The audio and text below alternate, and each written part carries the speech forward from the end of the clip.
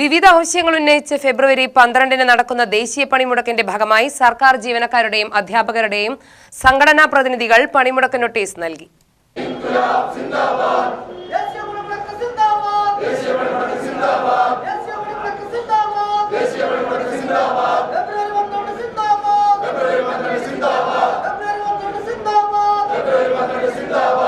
ജില്ലാ കളക്ടർക്കും തഹസിൽദാർക്കും action council of state employees and teachers സംഘടനാ സമരസമിതിയുടെ നേതൃത്വത്തിലാണ് പണിമുടക്ക് നോട്ടീസ് നൽകിയത്.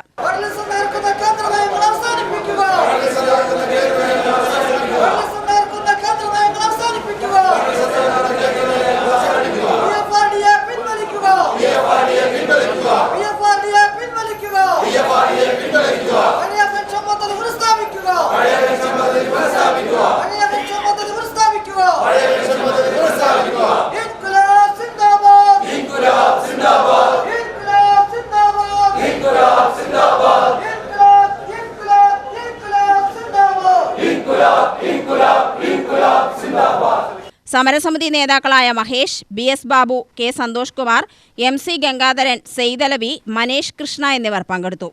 UTV news, Palakkad.